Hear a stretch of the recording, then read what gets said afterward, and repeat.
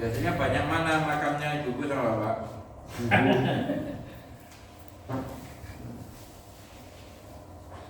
Moga-moga, ayo. Oh itu, ini yang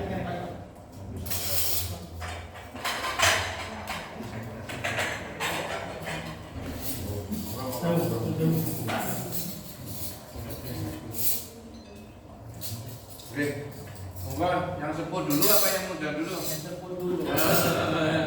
Yang dekat. Kalau S1 sesepuh, kalau S2 sampun sepuh. Kalau S3 sampun sepuh sama.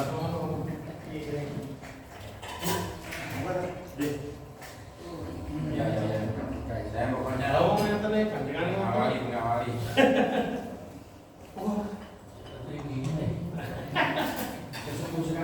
Saya bilang pura-pura, metu pura-pura temenan ya, Bu ya.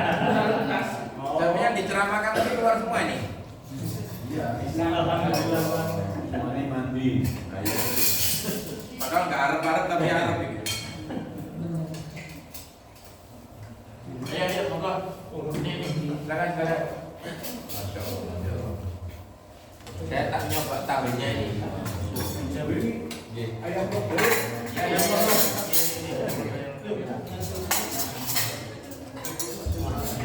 Pokoknya wah luar biasa ini.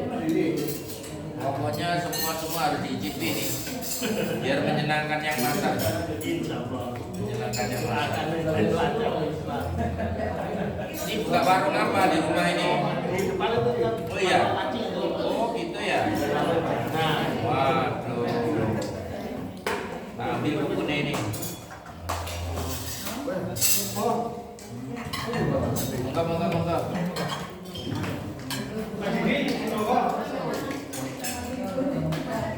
Ayo mas. Seperti dicipi dikit-dikit. Saya tak pakai tangan aja ya.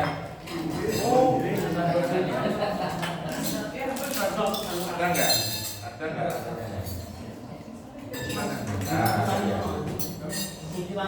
Moga. Barakallah. Iya, kalau pas ada jadwalnya, insya Allah. Ya hari-harinya juga hari-hari tertentu sama. Kapan-kapan nanti ketemu. Jadi kotak, media kabupaten juga kadang pas ada jadwalnya. Dengan bapak tadi bilang aktif saya juga ikut. Iya. Akhir ini kan kalau ada kajian di BBM ikut. Ya. Iya, kemarin saya tertarik dengan di Muhammadiyah. Kan tanya jawab, boleh siapa tanya? Kalau tanya jawabnya saya ngerti.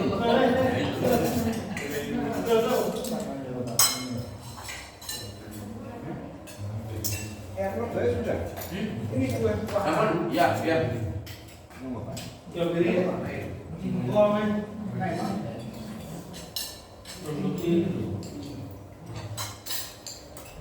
Pak Sudirman Pak Sudirman ada di Mergosari. ini Win juga dia. Ini juga. Saya juga ikut apa dari cepot. Iya. Pak Sudirman yang jadi khasnya mereka itu. Ya. Sama-sama di cepotnya.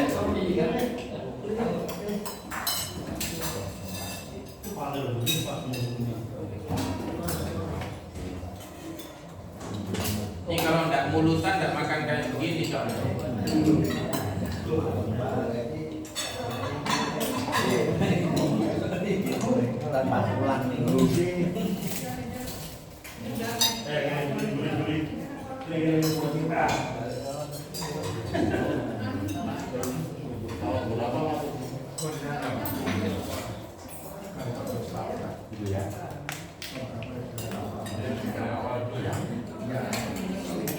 Masih sepi apa?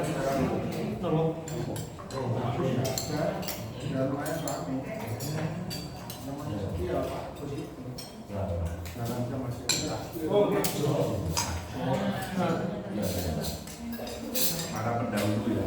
Belum, Mas.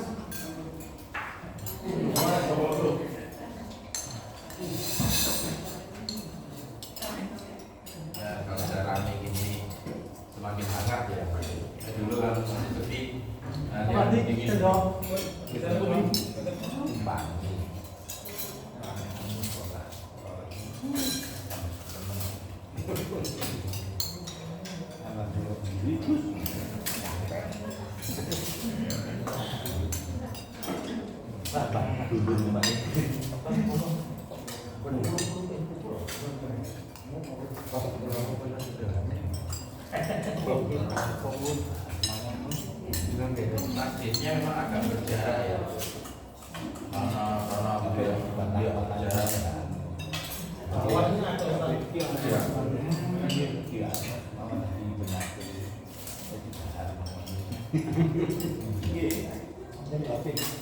Kalau perumahan di bawah ini nonton ada tembusan nggak? Ada. Kemana? Mobil Lali. sekatnya tangsa tuh. Ya. Ya. Tapi sepeda motor kalau mobil lah. Motor ya. Motor bagaimana? Kalau mobil yang balik kanan.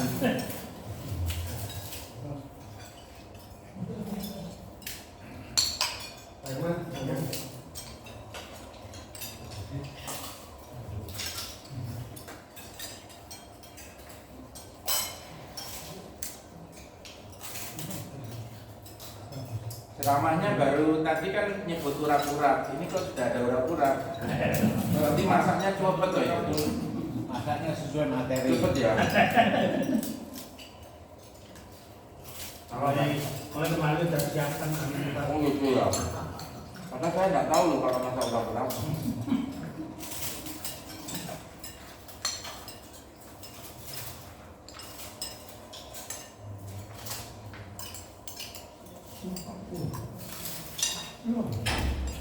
Bapak aja.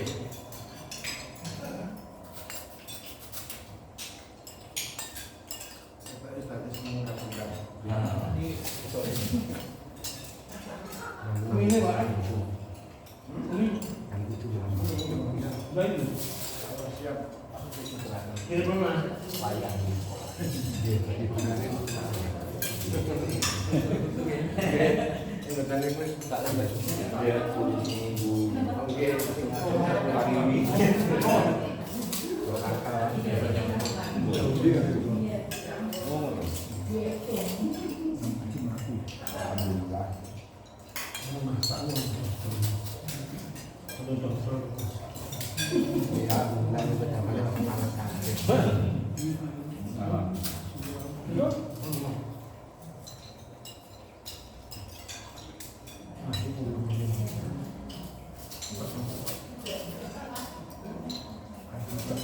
Ini kalau setiap acara mesti makan-makan. Makan. Makan. Mas. Asli. Asli. Malam Bukan belajar dulu ada padi terus Makan ya? belanja apa? Belanja ya. Penting. Bukan baru Makan ya. makan kadang. Ini masak di sini. Kita kan juga.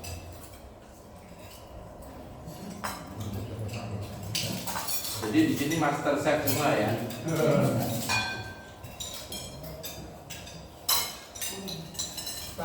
Ya.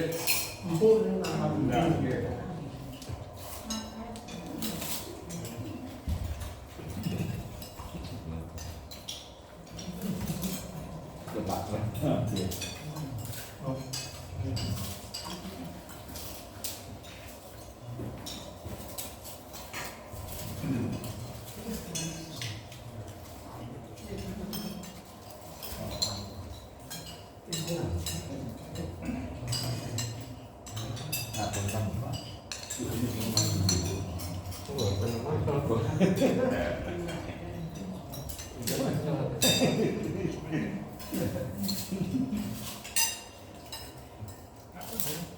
Sepertinya walaupun bahan-bahan bangunan itu harganya naik terus, orang juga nggak berhenti bangun ya. Banyak kebutuhan.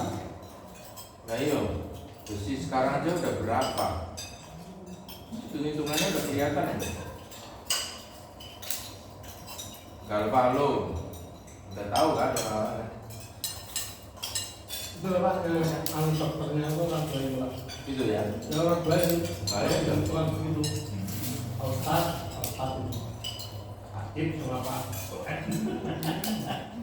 Dulu ada sebuah ya ada takmir yang pernah cerita ke saya. Ya gini nih. Jadi punya keinginan untuk memperluas masjid karena jamaahnya udah nggak cukup. Terus ya gini nih, ada orang bisa belanja masjid itu, ditembung lah ke orangnya. Orangnya bilang, saya nggak jual pak, kalau saya naikkan 3 kali lipat gimana gitu kan sama takmirnya. Yang penting bapak nggak rugi gitu kan. Enggak, walaupun 10 kali lipat nggak saya jual gitu. Ya mungkin karena orangnya belum dapat hidayah ya. Terus cerita ke saya peristiwa itu.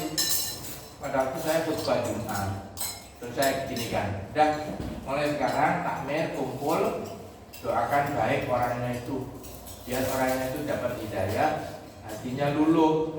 Siapa tahu nggak jual ke kita, malah mewakafkan, gitu kan? Oh gitu Ustaz ya? Iya, jangan dibenci orang-orang gitu-gitu tuh. Pokoknya dibenci, biar dia nggak sholat nggak apa-apa, biar dia nggak jual nggak apa-apa. Doakan baik.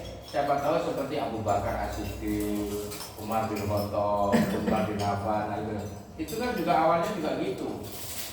Nah akhirnya doakan baik beberapa tahun kemudian dilalah orangnya itu sakit keras. Makanya kayak jadi kan hati-hati. Karena sedekah di masjid terus kak didol sakit keras udah ini. Cerita lagi ke saya, Ustaz orangnya sakit keras, bagaimana? Loh, ya datang nih, tapi aja ngomong bisnis. Doakan biar cepat sembuh. Jangan ngomong bisnis dikala orangnya sakit. Itu nggak etis. Kemudian dimana mati, kalau yang ngono, ojo nyebut-nyebut urusan masjid, ojo nyebut urusan bisnis, ojo urusan jual beli. Doakan baik ya, doakan baik Pak. Ternyata sampai sekarang, tapi sekaratnya itu nggak putus-putus gitu. Nah, terus anak-anaknya ini bingung, kenapa ya Bapak ini kok sampai sekaratnya nggak putus-putus? Apakah Bapak ini masih punya utang kepada orang lain? Apakah punya janji yang belum ditepati? Apakah punya bisnis yang belum dilunasi? Akhirnya cari-cari Pak, cari bukunya, cari catatannya, cari HP-nya, cari semua, sampai tanya ke takmir. Apa takmir? Apakah pernah ada urusan dengan bapak saya? Loh kenapa? Bapak saya ini sudah sekarat 3 hari ngambil meninggal putus. Mesti ada tanggungan. Terus katanya, oh iya dulu pernah kami mau beli rumah bapak. Kalau misalnya sudah tidak dibutuhkan lagi, kami bahkan tidak mau merugikan bapak, kami mau lipat gandakan 3 kali lipat. Oh jadi urusan itu ya Pak ya? Wah jangan-jangan urusan itu Pak yang membuat ayah kami nggak bisa segera putus ini. Apakah sembuh ataukah gimana yang terbaik? Kami ingin takdirnya yang terbaik. Kalau itu gimana? Oh sampainya anaknya rapat. Gimana kalau rumah ayah kita wakafkan ke masjid? Itu. Jadi cita-cita yang dulu yang saya ceritakan itu tercapainya nunggu orangnya sekarang. Subhanallah Pak, begitu bilang Pak, Bu, takmir, ini kami tidak akan menjual, tapi kami ingin mewakafkan supaya ayah kami selamat. Bismillah. Begitu deal langsung di rumah sakit membuskan napas terakhir. Iki sangat gede.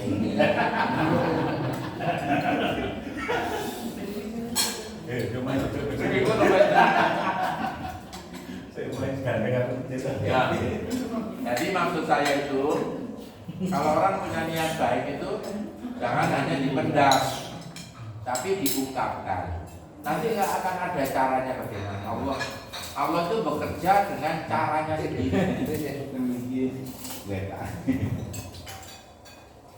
Nah setelah saya ceritakan keajaiban itu, takmir itu baru sadar. Oh gitu ya caranya terjadi. Iya tapi ada di video meneng. Nonton dengan ngomong sekarat. Dengan ngomong sekarat aku ngomong. Bahaya ini. Pada karo Ustadz tausiah al-muhabbatatu alal qadil bisoli wal abdu biljadi jalan. Ambillah yang baik-baik, tinggalkan yang buruk. Begitu metu delok sandal api, ambillah yang baik-baik, tinggalkan yang buruk. Kan mengikuti, menerapkan. Jadi ternyata kisahnya takmir-takmir di Malang ini unik-unik. Termasuk Yan Al-Mahri, Masjid Kubah Emas di Jakarta. Itu bukan persoalan apa-apa. Mijeti anaknya rojo. Jadi Raja Saudi waktu itu sakit anaknya. Dian ini naik haji. Terus dia itu dengar-dengar sama ini super chef, dengar-dengar dari anunya raja segala macam, nyari suka pijat. Dilalah Dian ini bisa pijat. Begitu dipijat, ya mungkin pijatnya biasa ya, cuman Allah aja yang kemudian menyembuhkannya. Sembuh beneran itu ditanya sama raja, mau minta apa katanya. Dia cuma ngomong, saya ingin punya masjid. Oh, urusan masjid ini Saudi nomor 1. Mau di mana letaknya? Mau berlapis apa? Akhirnya itulah Kubah Emas itu. Jadi akhirnya di belakangnya diberi Dian Al-Mahri. Mahri itu mahar, pemberian. Nah, kalau yang masjid yang di Masjid Nabawi cabang Blitar, oh asik lagi tuh ceritanya. Besok-besok aja ceritanya ya.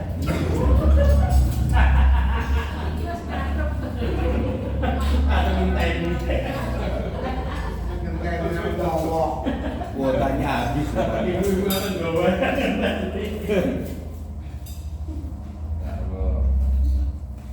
Intinya kalau musola ulil albab mau jadi masjid aja, insya Allah.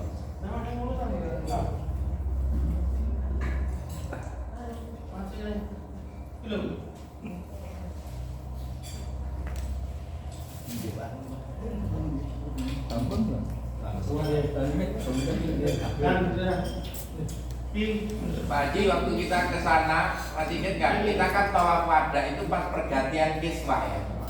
Itu kiswahnya udah dibeli, sudah diinden sama mana orang Lamongan apa orang Surabaya gitu kan?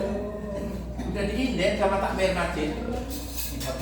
Tahu yang dinami itu ya dari situ ya. Tuh dipakai mihrabnya. Jadi kiswahnya tahu di mihrab. Jadi koyak oleh dulu betul-betul ngambil Ka'bah. Jadi kiswahnya itu dibentuk langsung ditaruh di mihrabnya masjid, gede, udah. Ukurannya kan real, Bapak. Ukuran kiswahnya kan real, Ka'bah. Bukan sebagai ujian dan kiswah itu yang dipotong. Masih gunting-gunting. Ini utuh. Jadi dia inden utuh. Dulu harganya 1,5 M dulu. Dan sekarang ini kalau saya udah naik ya. 3,5 M dulu harganya. Karena sulamnya sulam emas. Memang benarnya emas. Kami waktu tawaf wada sama Pak Haji pas pergantian kiswah tanggal 1 Muharram.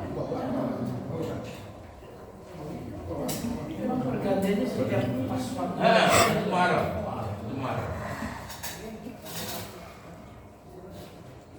Nah, kami menangi pas jadwalnya waktu itu ya memang jadwalnya kami tawaf wada 19 Juli. Setelah itu 10 hari lagi dari Madinah kita berpulang. 19-20 kita pulang. Ya, ke Madinah. Pulang ke Madinah, dari Madinah tanggal sampai di tanah air kan 30 Juli. Ya. Pak Haji yang jemput siapa waktu itu tidak ketemu saya? Yang jemput siapa ke Rapal? Oh, anak saya. yang mana? Ya sama ini Kak. Oh, yang ini. Waktu itu bisnya kan terpisah-pisah ya kita ya, bisa ya. Terus namanya orang udah pulang tuh tinggal jasadnya lah, rohnya sudah di Malang semua. Ini jasad tuh di pesawat itu, ada jasad toh, rohnya sudah datang duluan. Terus gak mikir apa, yang penting sampai ngono. Lucu-lucu orang-orang, ada yang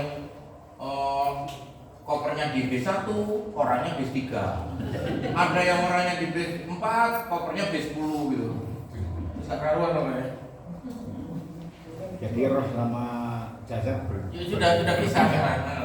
Sama dengan orangnya sama kopernya bisa.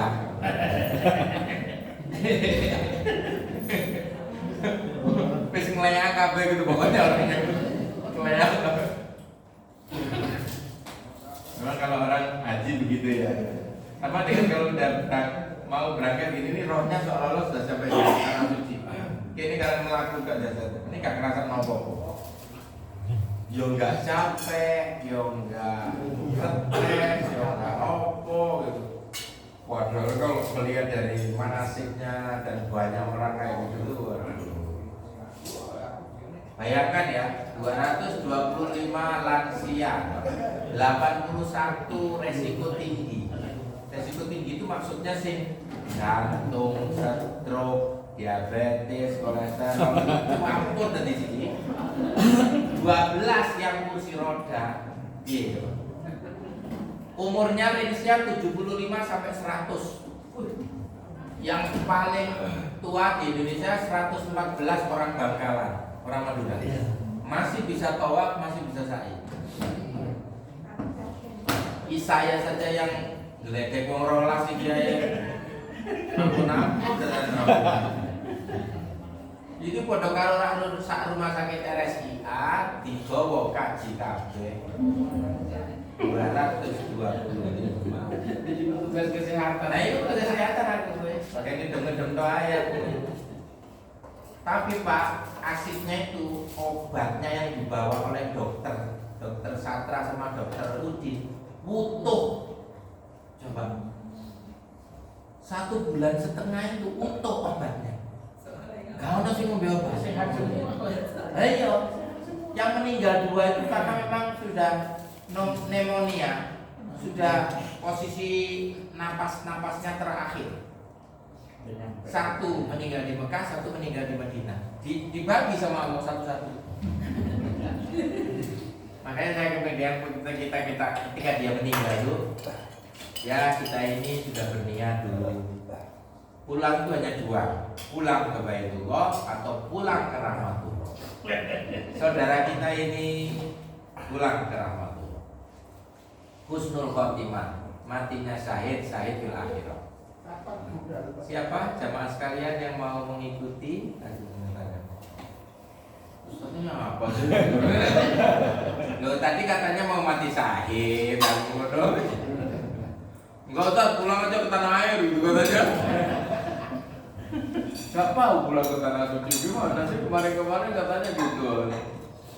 Ya, ada orang yang niat mati di tanah suci, tapi ternyata matinya di tanah air. Ada yang gak niatan mati di tanah suci, matinya tidak di tanah air.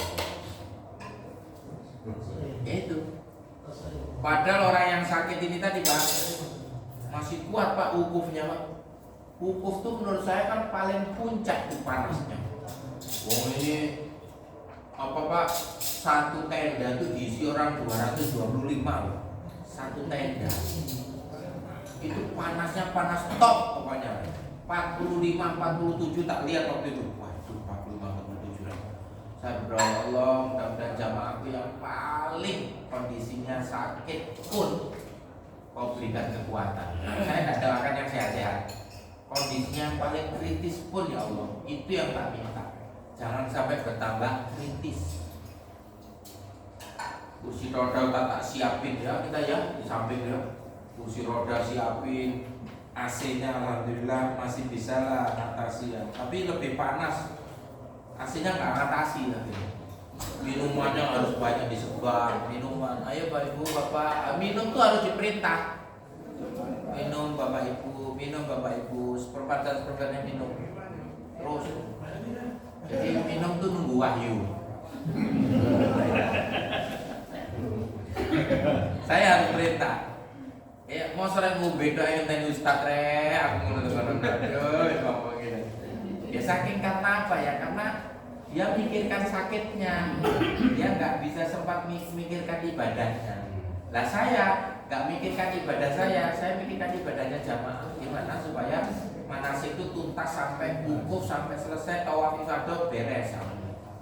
Alhamdulillah 225 itu beres semua. Termasuk dua orang yang meninggal itu sudah haji semua. Saya cuma mikir, waduh kali wukuf terus ada yang koma, titik. Kamu titik. Tanda tanya tanda seru aku. Ya, ternyata di balik kelemahan orang itu ada kekuatan yang tersimpan. Kita tidak boleh meremehkan orang yang tua, karena ternyata Allah itu menyimpan kekuatan di balik usianya. Kita ini dorong orang, kita udah mikir dia yang tidak kuat, ternyata kita yang tidak kuat. Nah, dorong itu loh kan kita yang gelendingan itu ya enak dorong kabeh roto. Bayangan kita dia yang nggak kuat, ternyata kita yang nggak kuat. Makanya kita nggak boleh ngomong begitu, karena Allah bisa saja membalik situasi. Nah, sing nom-nom ini koyo yo kok waktu tawaf, mari kuno greges. Barang sing tuwa-tuwa ini muenter ae. Ustaz saya tawaf lagi, Ustaz saya tawaf lagi. Lho aku ngono. Alhamdulillah. Tuh, kasih tamat. Kenapa kebanyakan tamat tuh dari Indonesia tuh? Karena jadwalnya Indonesia itu yang menyebabkan kita lalu tamat tuh. Seandainya kita mau yang model-model yang lain bisa aja, tapi jadwalnya mereka udah menentukan jadwal karya, jadwal perempuan jumroh, jadwal wukuf gitu. Terus jadwal gelombang pertama, gelombang kedua itu kan mempengaruhi semua ritmenya orang ibadah. Mau disetel kayak apa?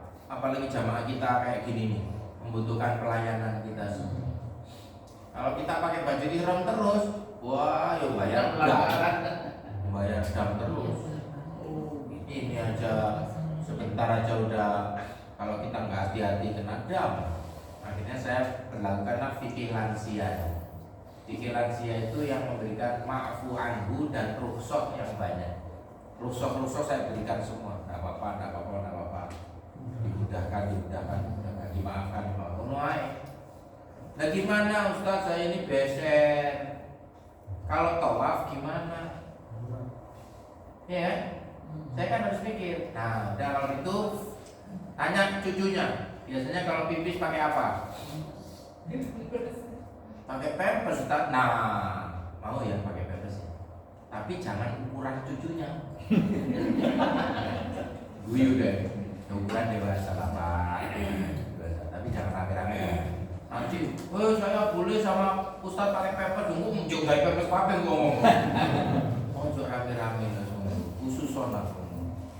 Jadi orang-orang yang begitu itu saya kasih fasilitas supaya mereka tidak merasa aduh ragu-ragu tok ae kok akhirnya. Terus wudhunya gimana kalau sudah? Tayamum udah tak kasih pikir lansia ada mau gimana? Ya, tayamumnya gimana? Si takut tayamumnya gimana lagi coba? Ayo ditepukkan ke punggung temannya di depan. Ya sudah kan? Pokoknya debu itu ada di mana-mana, tepukkan, usapkan sambil berjalan terus. Sebab kalau mereka harus wudhu keluar masuk lagi lah tawaf opo kamar itu. Ngulanginya kan nggak oleh, nggak diulangi, berjalan. Nggak mungkin kita kedorong kan sama orang dari belakang kan. Ya begitulah namanya makbuan. Tepuk, usap, tepuk langsung. Jadi kalau batal di tawaf itu tidak memulainya dari satu, tapi melanjutkan.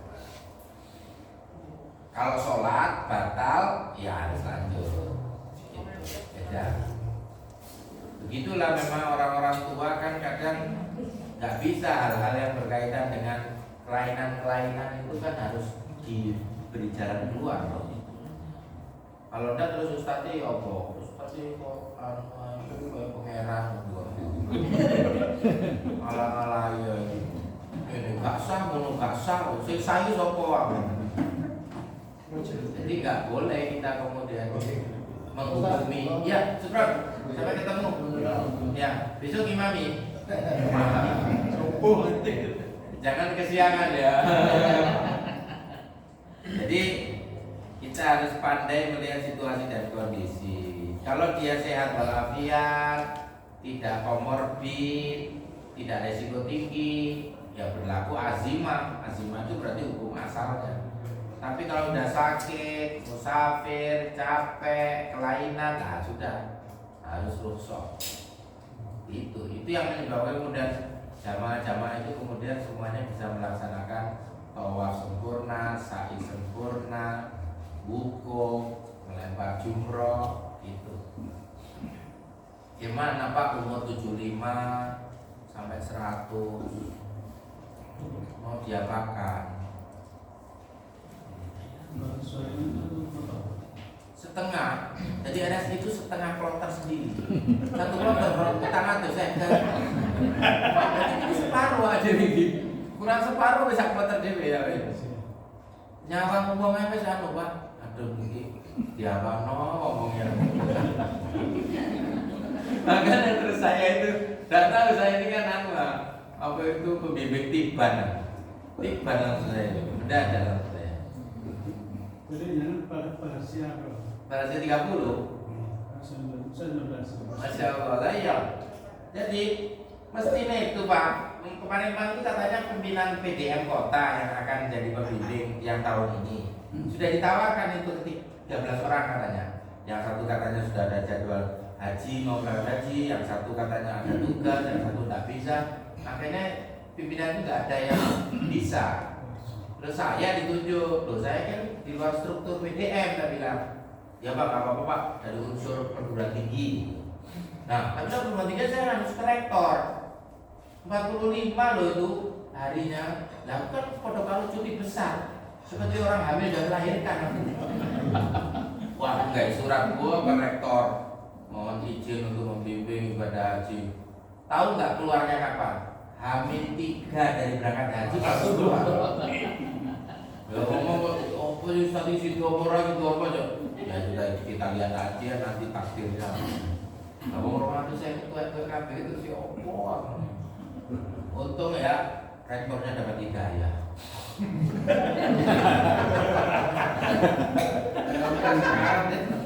Kalau udah sekarang.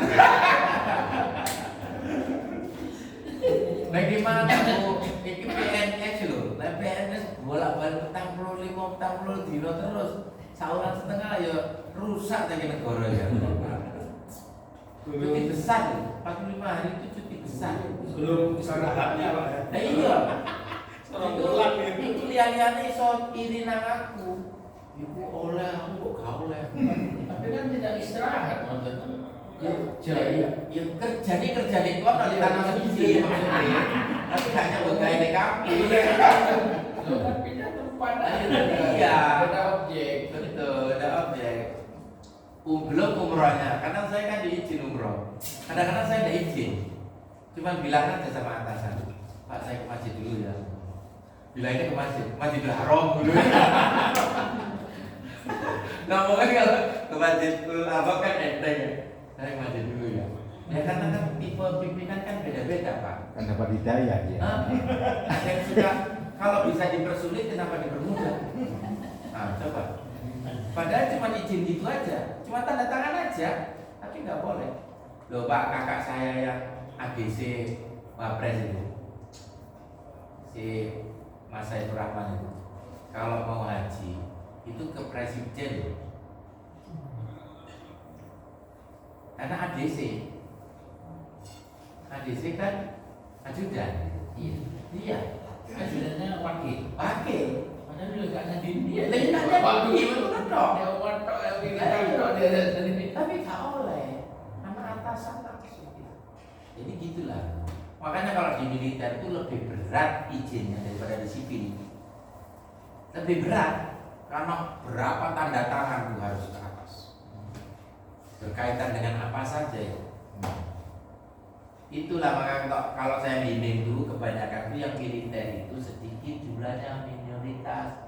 Baik itu di Polri maupun yang di ADALAU nggak ono si swasta dagang itu toh dagang sing akeh sama kaji taspen kemarin kaji taspen karena dari umur 60 dia nunggu 10 tahun sama yang jeda karena COVID mulai tahun 2020 kan nggak ada mundur lah ya mundur. Belum lagi yang pelunasan dengan dari harga 37 juta menjadi 50 juta. Siapa yang bisa sampai lebih tergantung dolarnya? Coba. Makanya bapak-bapak ibu-ibu sudah tak doain semua di sana. Amin. Bagus ngaji tahun berapa pertama? Haji ini ya. Ini ya. Saya ada di penjelasan sampai tawaf itu kan nggak boleh menyentuh Ka'bah, betul? Antara lain begitu. Kecuali niatnya adalah untuk mencintai dan akan mencium Hajar Aswad. Karena kalau mau mencium memang menyentuh dulu. Kalau nyium tok nggak nyentuh nanti kejomor. Ini hilang kali ini. Seperti bapak sebagai suami, kalau mau nyium istri kan pegang dulu, nyentuh dulu, baru nyium. Nah nyium tok coba ya apa nanti? Tapi kan gitu Mas. Jadi nyentuhnya itu karena dulu ceritanya di zaman jahiliyah itu Ka'bah itu kan dipakai tawaf sama orang jahiliyah. Terus di situ ditaruh patung-patung 360 dan mereka mengelilingi juga tapi tidak pakai baju ihram. Telanjang bulat. Nah, dari sejarah yang seperti itu, maka Islam itu sangat hati-hati sekali. Karena kalau menyentuh, karena mereka musab-musab Pak, memang musab-musab. Dan di dinding Ka'bah itu ada syair-syair jahiliyah. Jadi dilombakan, yang syairnya menang, kayak kita ini lomba-lomba puisi, lomba syair, lomba itu, ditempel di dinding Ka'bah. Jadi dinding Ka'bah itu kayak mading, majalah dinding. Tempeli Ka'bah, terus mereka itu mengusap-usapkan tangannya, pipinya, hidungnya, rambutnya, persis seperti the Dome of Rock, dinding ratapan. Nah, Palestina. Islam nggak mau dindingnya Ka'bah seperti dinding ratapan di dindingnya Masjidil Aqsa di sampingnya itu, supaya nggak seperti perilakunya orang Yahudi dan Nasrani. Itu maksudnya larangan itu. Sehingga orang Islam itu harus ngerti apa maksudnya. Apa maksudnya itu harus ngerti. Wong Umar aja mau nyium aja ngomong sama Hajar Aswad. Dimarahi Hajar Aswad dulu. Kalau bukan karena Muhammad Rasulullah yang mencium kamu dan memberikan contoh kepadaku, aku gak akan suci mencium kamu. Tapi jangan ngomong ke istrinya gitu loh. Tapi kalau dia nyentuh terus ya situ bukan di corong Enggak orang. apa-apa, yang penting ditata hatinya dulu, ditata hati.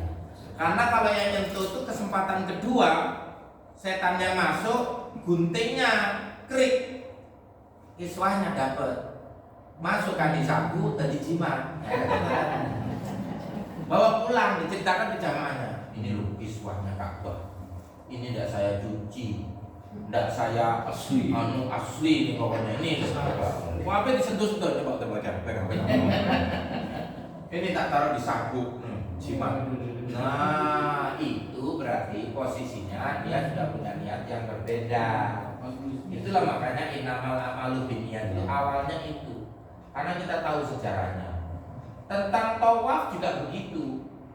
Enggan itu melihat, aduh mari kayak ngono orang Abu Jahal, Abu Lahab, mari tawaf kayak gitu, masa aku tawaf? Waktu diperintahkan ayat tentang haji, kayak masih ada bayang-bayang trauma gitulah di situ tuh. Akhirnya inna sofa wal marwata min sya'airillah. Ingat, begitu kan ingat. Aman tatawa khairan innallaha syakirun alim. Sudahlah, kamu tawaf. Nanti Allah yang akan menilainya. Perkara tawafmu itu sama dengan tawafnya orang Yahudi. Karena orang Yahudi itu beda sama kamu. Kamu kan sudah beriman. Kamu kan sudah ngikuti nabiku. Tawaf ini kan perintahnya Nabi Ibrahim. Jadi disadarkan kembali sehingga sahabat Nabi itu kemudian mau tawaf. Semula nggak mau tawaf. Bayangin Pak, habis dipakai gitu-gitu sama orang. Nah kan berarti tempat maksiat toh Ka'bah itu. Ya memang orang-orangnya gitu semua tuh. Main ya di sampingnya Ka'bah. Judi ya di sebelah Ka'bah. Bunuh ya di dekatnya situ. Piye dong. Ya memang begitu situasi orang jahiliyah. Makanya Nabi tidak kuat melihatnya. Akhirnya ke Gua Hira. 40 hari ke atas, gak kuat lihat Ka'bah gitu-gitu kan gak kuat. Kejahatan di mana-mana, semua orang didolimi, dibunuh. Nabi sendiri juga mau dibunuh. Lalu kejahatan paling besar itu Nabi mau dibunuh lah, ya kejahatan paling besar. Tidak berani membunuh Nabinya itu. Nah itulah makanya Nabi mencari petunjuk harus diapakan ini. Faman tabi'ani fa innahu minni wa man asani fa innaka ghafurur rahim. Ya Allah, kalau memang mereka itu mengikuti aku, berarti itu termasuk umatmu. Tapi kalau mereka memang maksiat, ya Allah, Engkau Maha Pengasih Maha Pengampun. Tapi kalau zamannya Nabi Nuh, ya Allah, rasanya angel ya Allah. Angel tuturannya. Kalau udah begitu, Nuh minggir. Ngono. Kasih badak Nabi. Ibrahim minggir, babat habis.